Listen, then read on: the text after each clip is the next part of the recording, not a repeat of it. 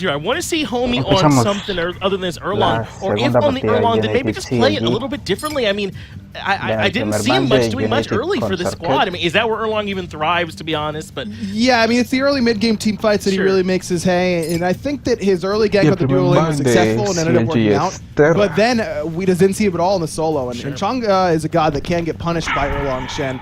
With multiple CCs is what you want against Chang'e. You force that evade with the first one, and then you punish her with your second CC source. So I think that could have worked out better if Homie just paid a little bit more attention. Well, already, the Serket Athena going to be banned out here by EU United. I'm pretty sure those are the bans they did first game, and it is indeed, along with the Xbalanque Terra, which means the Guan Yu is still available. So is the Achilles, but EU United didn't prioritize that last time. They prioritized this Thoth pick, and we're seeing them prioritize it yet again. And CLG, they're taking that Chang'e away from them. I like it. So EU United goes with the exact same picks and bans, and CLG goes with the exact same picks.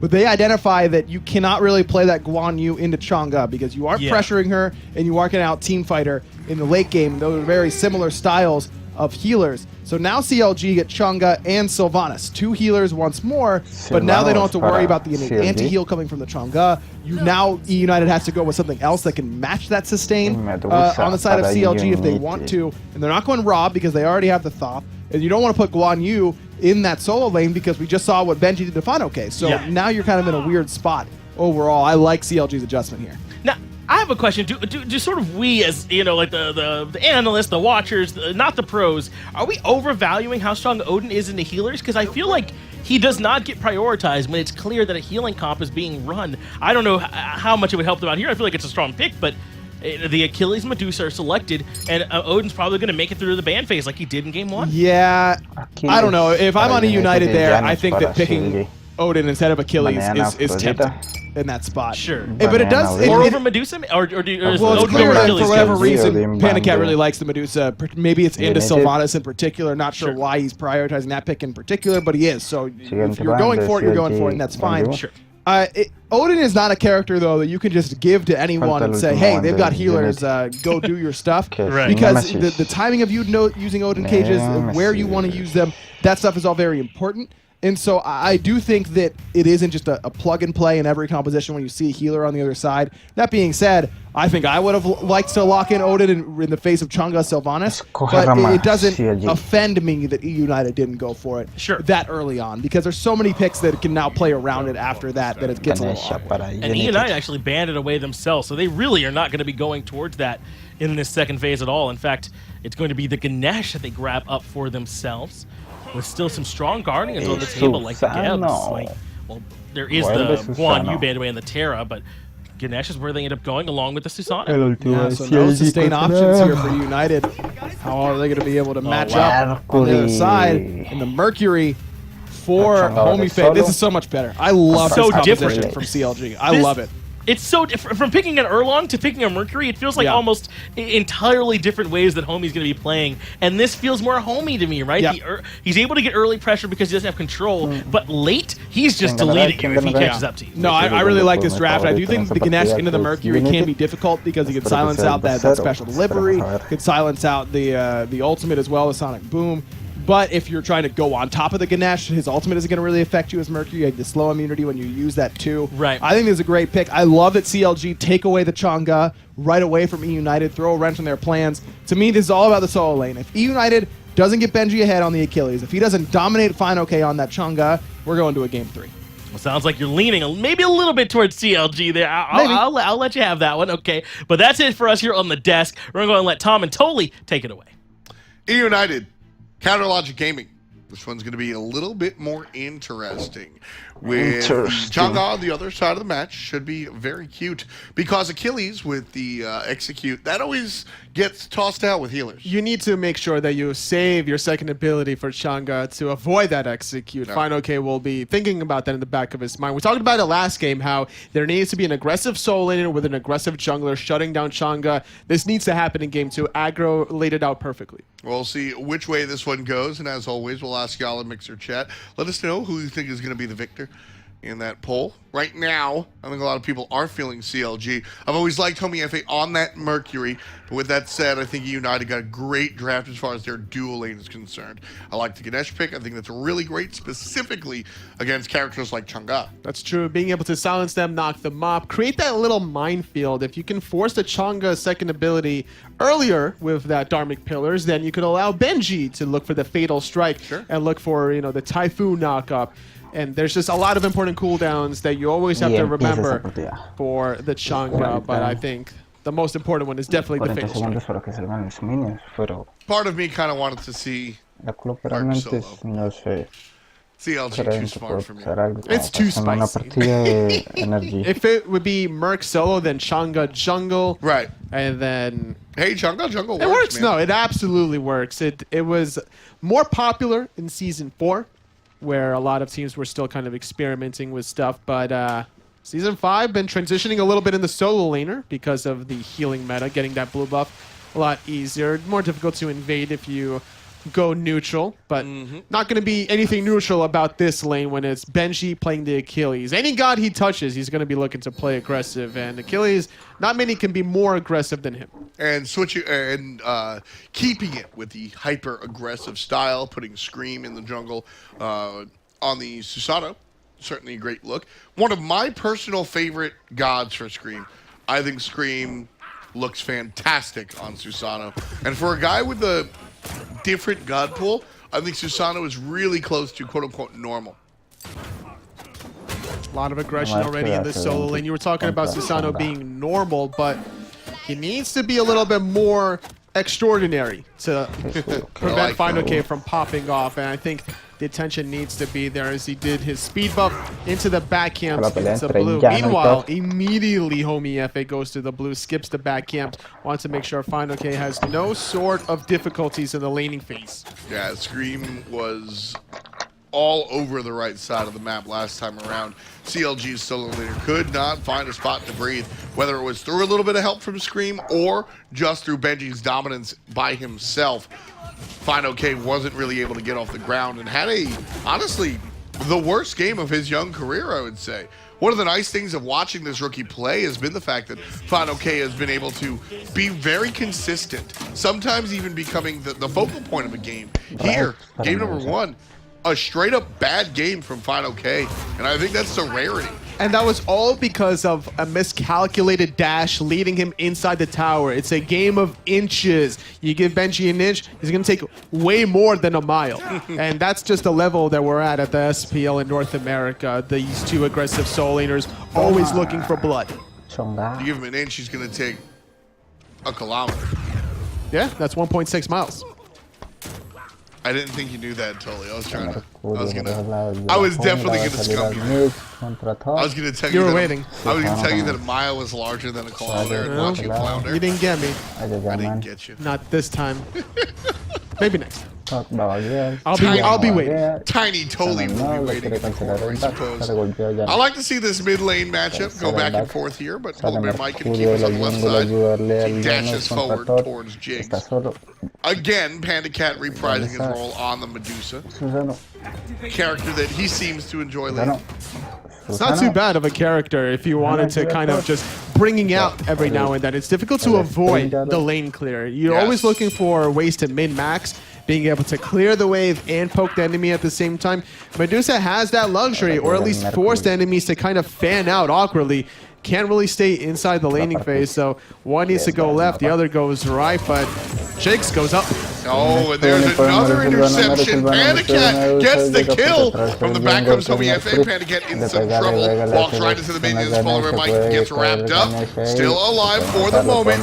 His pot's ticking. Walks into the major look. And Homie FA takes care of PBM. The dash is down. It could be a follow. Homie FA, he has his dash up soon. He needs to hit it. Panda Cat with beats though. He's not too worried. Medusa passive saves Panda Cat there. The strafe, yeah. Very Medusa passive straight up saves Panda Cat there. Medusa passive makes sure that she moves quicker than most other characters when moving side to side and even backwards to a certain extent. But side to side is 0% penalty. So dodges out the major look just by hitting the W key. Nice stuff from Max. Being able to really make an impact, getting the first blood, trading out the support, not the end of the world, did go to Homie Efe, but Scream's not worried as he's level 5 before Homie Efe that had to share so much experience in that duo lane. Also hurts out Snoopy a moment. You know, I even liked when Panda Cat re-aggressed looking for the secondary kill, right? I even liked that choice. That right there is United being United. Just stay aggressive. Panda Cat's like, oh, my lane mate died? Better dash aggressively. He didn't need to worry about the Mercury dash. All those cooldowns were used to kill PBM. It's a game of min-maxing every little thing. You can't only think about your own abilities. You have to keep in mind the opposing cooldowns necessary. Yep, gotta keep that one in mind. It's Panda Cat right now. Gonna join up with his support player. And just make their way to lane nice and easy. Polar Bear might lead in the charge. Medusa here and ready to go, but they gotta watch out for the Mercury way up the lane. Homie Efe just has the ultimate available now. Doesn't have the vision inside the jungle to identify this, but it's actually CLG with the purple buff timer being able to strip that away, not just once, but twice now. Actually, perfect from PBM, securing it for himself. Easy. Sunday morning. Polar Bear might picking up the perp. Nice job. You know he's feeling good about that one. Oh, absolutely. Absolutely. That's the worst feeling. When somebody comes through and just snatches your perp. Gotta make sure you defend that. It's your own perp. Gotta make sure you defend that. Blue buff, on the other hand, not gonna belong to Fine OK. Invade again here. That's the way you shut down Chang'e. Prevent the blue buff from occurring. If you are getting invaded in your own purple buff, well, hey, there's a 3-on-2 on left. Let's make it a 2-on-1 on right. Shut down this Chang'e that has a 1-level deficit to this aggressive Achilles. And Benji just doing it to him. This is a classic veteran versus relative rookie here in Fine OK. Not a complete technical rookie. Did have some games played last year, right, Tully? A little bit of the games, well, you could say. He had a solid performance in Season 4, but remarkable standout performance in Season 5 thus far. Didn't really make a LAN appearance, unfortunately, from Fine OK. Would have liked to see how he would have been able to stack up with the best of them, as, you know, Aquarius kind of stepped up a little bit there for Space Station Gaming. Very adamant pings coming out onto the mid lane. Yana saying that he is there and ready to go. Scream was waiting. Pulled out of the time. Tornado. Ultimate, will it be enough? Yes, it will be! Number 2 for Scream. And he read that play like a book. Toli, tell us what happened. We're just waiting through the portal. He had to hit literally every ability. Hit the jet stream from a distance. Jigs using the Wrath of Terror, trying to get away. Now Snoopy could be on the bad receiving end of this one, but with a nice little route, buys him a moment. Finally going up to the sky. Hits 1, hits 2, needs to hit the 3rd. And he won't. Panda Cat finds it, but Nanu finds him on top. Really clean stuff. I do want to give a shout out to Snoopy right there for doing a next level play. So Jinx gets rather unlucky, and the second he ultimates, he gets stuck right on the laser line of the ultimate. Like that's takes more damage than he probably would have wanted to. And Venenu with a hot cleanup. United getting a nice amount of kills now with a 4-1. Polar Bear might get lucky there with the Diamond Pillars. That was a little bit of little bit of luck there. But I wanted to give Snoopy a shout out because Jinx is running away with 1 HP, right? And if Medusa hits Snoopy with the acid breath, it ricochets the wrong term, but it extends the range, kills Jigs. Yep. So Snoopy dodges into the blue buff or the purple buff area, knowing that he doesn't want to create that line of sight. Now, unfortunately, Jigs dies anyway to the hand of Venenu, and Snoopy can't get out of there. But theoretically, Snoopy goes in there, goes in the ult, kills Panda Cat. Jigs is able to escape. That's right. There's a whole method to that. So really, really heads up thinking that doesn't come up clean. But Snoopy thinking a mile ahead, not giving the Medusa the presence. Mindset was there, execution almost. As you're constantly progressing with those Rama ultimates, the circle gets smaller and smaller. So that's why the first 2 a little easier to hit. Trying to get away his homie Efe with the ultimate, but the jet stream just narrowly avoided taking the portal. Veneno looking for the stun, helps out his jungler. Oh my goodness, Scream. Do you see why I said that watching Scream on the Susano is one of my favorite Scream selections. And keep in mind, this is the guy that plays the Bastets for me. This is the guy that plays the Arachnids for me. He plays my picks. But he's playing the Susano, and I love it because he's always just one step ahead of you when he plays it. Nice stuff. CLG getting vision over the Gold Fury with the Oracles. His mechanics are just next level. Scream is able to just drop all his abilities at the drop of a dime. And unfortunately for him, if that portal wasn't there, Homie Efe was guaranteed dead. Yeah. And even if the portal is just, I don't know. Nice fun stuff there. Polar Bear Mike getting wrapped, getting pulled, getting knocked up, but a beautiful ultimate from Panda Cat. Gonna keep players at bay. PBMN team still fighting into this one. Stupid takes the sky looking for the support player. Can't find the third. Not gonna find the third dash, a little bit off the mark as well. Doing a little bit of damage onto Snoopy, but Jig's gonna make sure that doesn't continue any forward. PBM actually catching Homie Efe, forcing the beads away as Panda Cat uses the beads himself. Has enough mana for the follow-up, but not enough for the dash chase. So low on the mana. 26 only mana to follow that up, but still buys enough time to look for a blue buff invade. CLG's final K still struggling on the solo lane side. Yep, nice clean stuff there coming up. I'm sorry. I went into a default sort of sentence structure. That was not clean by CLG. United 5-2 people with the stun and the hunter. Players almost died. Everybody from CLG involved in that gank almost died. Did you? Perfect beats. Did you? Veneno just had perfect beat timing. I need to. CLG can't get anything on this guy. Veneno, that's been a point that I think it was aggro, and I apologize if it was somebody else that brought this up about Veneno. Was that his reaction time on Relics specifically are leaps and bounds ahead of some other players? Veneno just seems really, really crisp, specifically here in Season 5, and its reaction time on those relics has been nigh flawless. That's what just really separates a lot of mid players. The way they can sort of separate themselves with the relic usages, whether it's aggressively or defensively. Veneno on the better end of it every single time. Even forcing out like 3 members. When you could survive 1v2, okay, but now you just survived 1v3. You're wasting their players' time. They just split a wave 3 ways, and that really hurts Heroin a little bit as well. If you're trying to race to that level 12 marker, Veneno could get Aegis first, look for a team fight off of that, whereas Heroin's still going to be sitting at 11. 11:30 is the clock. And United leading this one by 3,200 gold, which is actually gigantic. Gold leads are relative, folks. When I see a 3,000 gold lead at 25 minutes, I think it's probably something to mention for the sake of the audience, but at the end of the day, the opposing team can easily fight into it.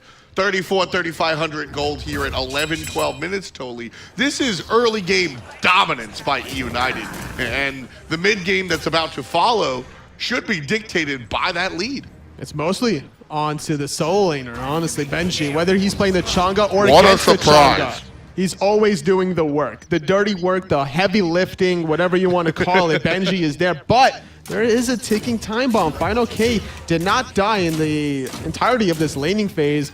12.5 minutes in, so he's still going to be a monster in certain team fights. He has the physical protection with the Breastplate of Valor, the cooldowns on top of it, and once he gets this Lotus Crown adding even more protections for him and his teammates, that's when CLG can start grouping around. That said, I worry about how much presence that Final K's Chang'e will have if he build. Well, okay, he's building into the hybrid item. Because you know me, I complain about the healers that build full tank. Because I don't always see the application of their abilities, right? I mean, Chang'e game number 1 was building utility tank power, and that's what allowed her to do what she did. Now, I think a lot of people at home, some naysayers might argue that the build was a result of the lead. Oh no! And Jig's gonna have no such lead. PS screen around the corner. Homie, if you're right here. Panda missing the dash, needed to be that last nail in the coffin to secure Jig's life, but will force him to back for the moment. Could open the door for the Gold Fury, honestly, if they really wanted to. With Scream zoning this far away, trying to catch Homie Efe. Could be the case. Gold Fury going to be looked at by the United boys here. No objective just yet, but starting up here. Homie FA. I was going to say zoned out by Venenu, but he's still here. Berwin helps out. Tosses an ult of his own, but won't find much anything there. Forces a global ultimate, but holding on to the second. Homie FA looking for the gank whenever necessary. But with Final K here, it's going to deter United from trying this Gold Fury next time around, because any sort of poke that's not lethal is going to get instantly negated. One more time, the mid-guardian male, the choice of defensive option for Benji. Homie FA, certainly a target for that item.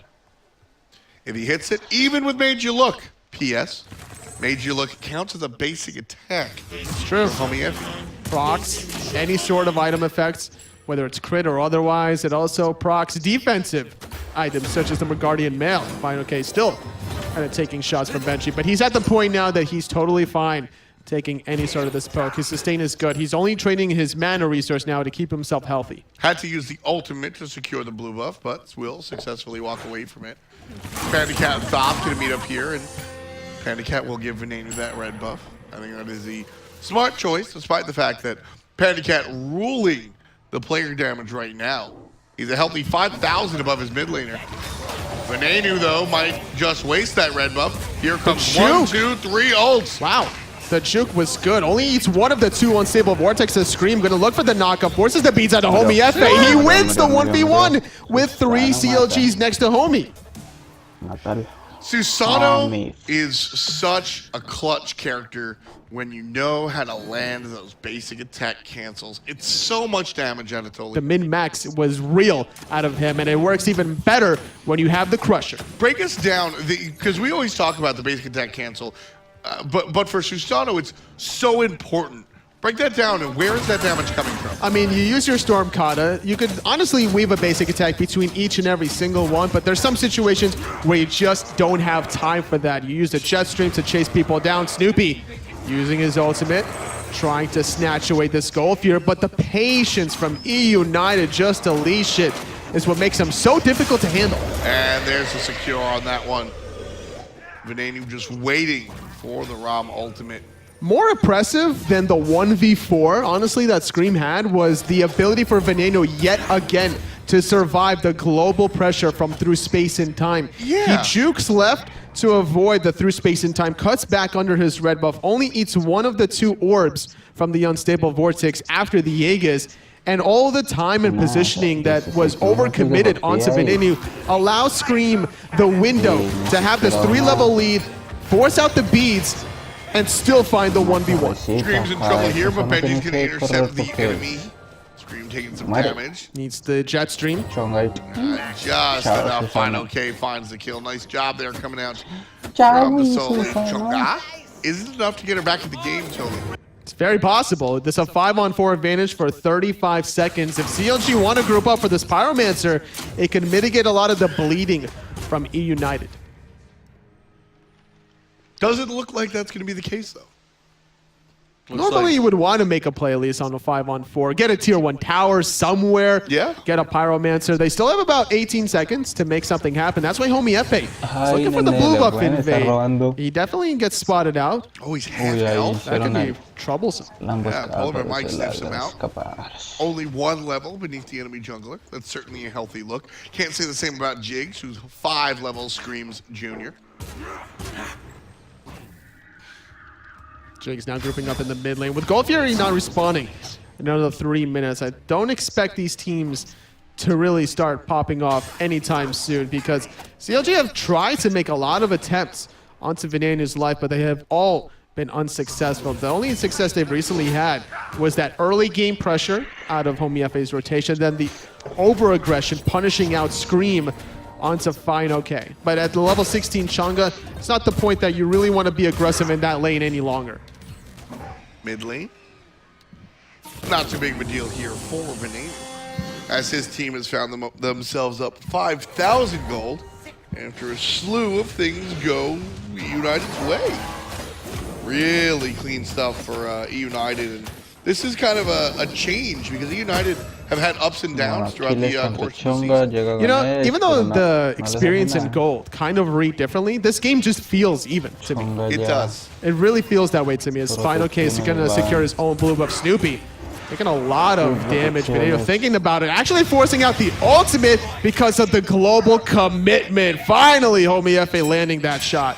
Venenu not expecting that one, and CLG found a way to take care of Venenu.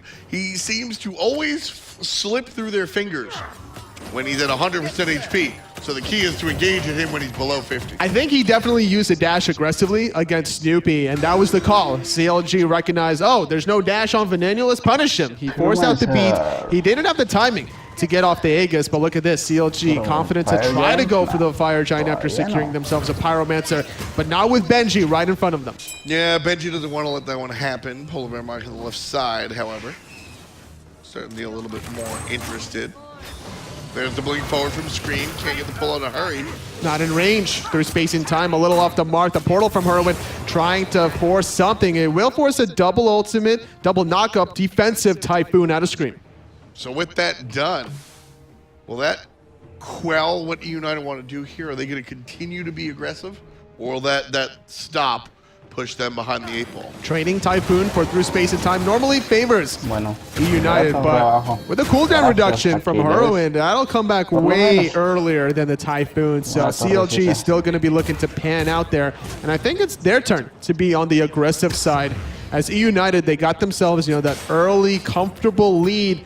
It's going to be important to see who gets this next Gold Fury if United want to extend that lead even further. Right. If United get this gold lead, then they're going to put themselves in a position that's kind of oppressive. They'll start reaching that 10,000 gold lead, right? They'll be up about 8,000. Whereas CLG, if they get this one, they can effectively tie the game for all intents and purposes. We'll see what winds up happening, though. Homie, though, in a lot of trouble. Jigs with the knock-up, disrupting the final judgment. Aegis will not save muertes through that little portal. 20 minutos de partida, 5 torres para CLG. That's a good opening to get the Gold Fury. It's respawning in 10 seconds. Venenu will still be dead for about 30 seconds of that Gold Fury. Yeah, he's not going to be available just yet, but I don't think... I think United, specifically Benji and Scream, I think they can occupy CLG's time until Venenu gets there. Definitely possible. Looking at his build, he has a lot of health. Doing that Merguardian Mail, High Diversion. Hasn't really completed the Pestilence that he so desperately needs to limit Final K's healing. Gold Fury started by CLG. Brought down to about 30%. Scream and Benji not going to be able to stop this one. CLG take the Gold Fury. No engagement. Looking for the after effects as Jakes walks on through the portal.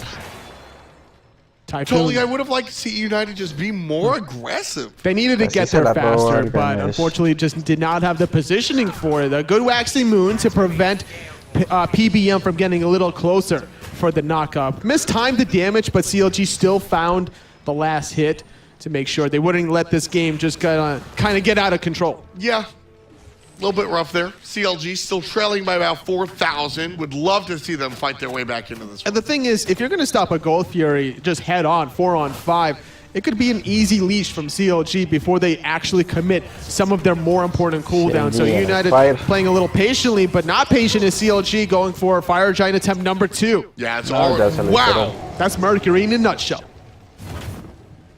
All right, Totally, look.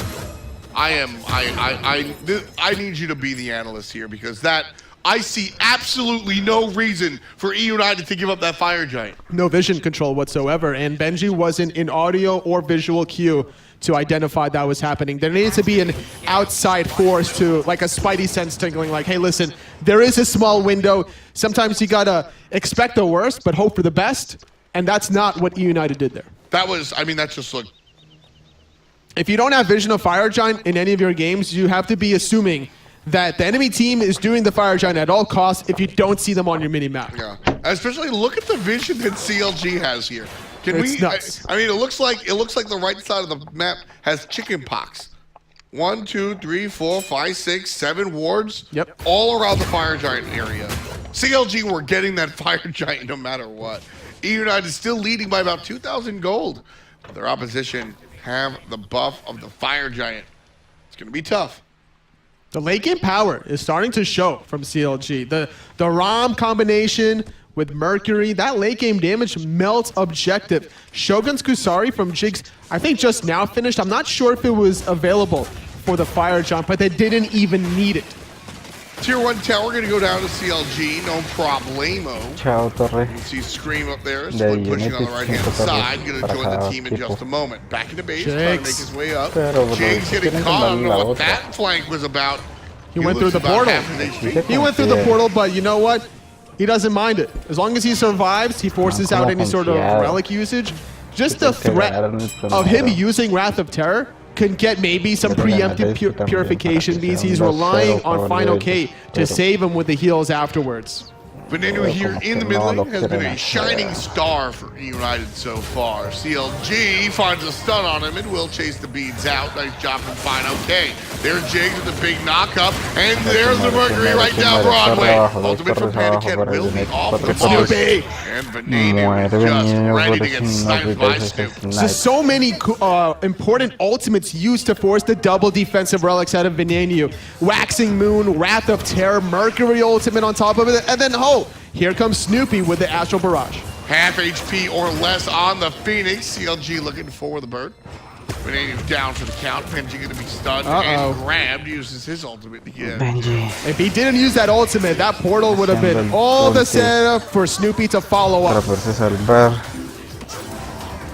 to get out of there as Heroin uses through space and time to engage and actually clips out Benji long enough to deal the damage, but CLG not committing to the Phoenix quite yet. They're going to constantly reset with all the sustain they have. They don't need to worry about the long-range damage out of Veneno as he's still dead for 5 more seconds. Great setup here in defense from United. CLG tried their darndest to get in. They just can't break the pace. Finally gets it done. Great job from CLG. Full back off here from those guys. This game is now even. Even despite United having that 6,000 gold lead, 6,000 plus experience lead, not even 5 minutes ago. CLG, they understand their strengths and weaknesses, and once that Mercury hit level 17, the objectives were on point out of CLG. They had a small window, and they busted through that window. Usually I am very much in the business of giving teams the credit, and I don't like the idea of that guy get a pentakill because the other guys were bad. But in this respect, Toli, United did not recognize or respect the fact that CLG had a Mercury. They did not recognize or respect the fact that CLG could go for the objectives. And when you're up 6, 7, 8,000 gold and allow the enemy team to get a Gold Fury and allow them to get a follow-up fight, this was United resting on their laurels. United got ahead of themselves and allowed Counter Logic Gaming to get back into this game. Veneno has played great. Scream has played fantastic. A number of these players on United have played not just fine, but beautifully. But as a team, as a unit, as a decision-making group, completely dropped the ball. And now CLG is in the lead because United let them. Well, they're not out of it quite yet, FDA, but United definitely had a small lapse of judgment, similar to the way last game when Final K was on the Guan Yu that accidentally dashed into Benji's tower, allowing Benji to get MVP and the first blood. This is an oopsie wawa. United going to take advantage of a great stun from Panicat, where everybody lined up, and Veneno makes it happen. Execute by Benji. But he's going to trade out. 10% extra damage taken. Stun, so important from Final K. Great defensive Typhoon. Trading 1-for-1 solo laner for support. If Benji doesn't get stunned there, he definitely lives, but that 10% extra damage after using the Fatal Strike is the Achilles heel. A little bit rough there.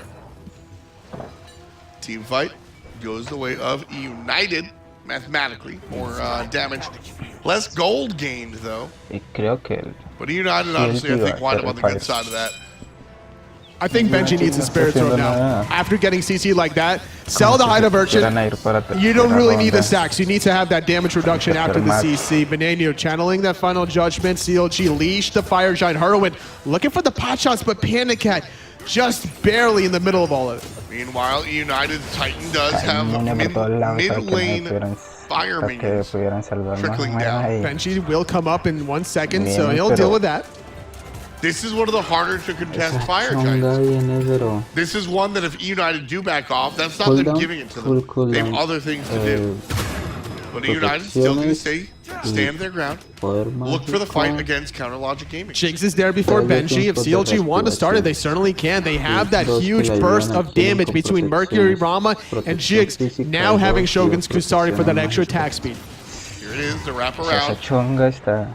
Heroin and Homie trying to make sure nobody's here. Polar Mike in trouble. Oh, the ultimate from the mid lane mage gonna cut down Scream. He's in trouble, avoiding some of it, but not all of it. Snoopy takes care of Scream. Polar Mike pulled. Homie ever takes care of Panda Cat. Jigs on the good side of Polar Bear Michael. Snoopy trying to make something happen onto Benji. I think CLG are not worried about the fire giant. Going for it. They have a 5-on-2. This is a great call from Counter Logic Gaming. If they go for the fire giant, they're extending and delaying the inevitable. Go right for it. 35 seconds on jungle, 35 seconds on support, 35 seconds on the hunter. United, 2 players to play defense. CLG going right for the Titan. It's only Benji and Veneno, and he's already lit. This Titan is going down, and it's going to be a split series. Now going into game 3. This one, United trying to play D. Oh, CLG!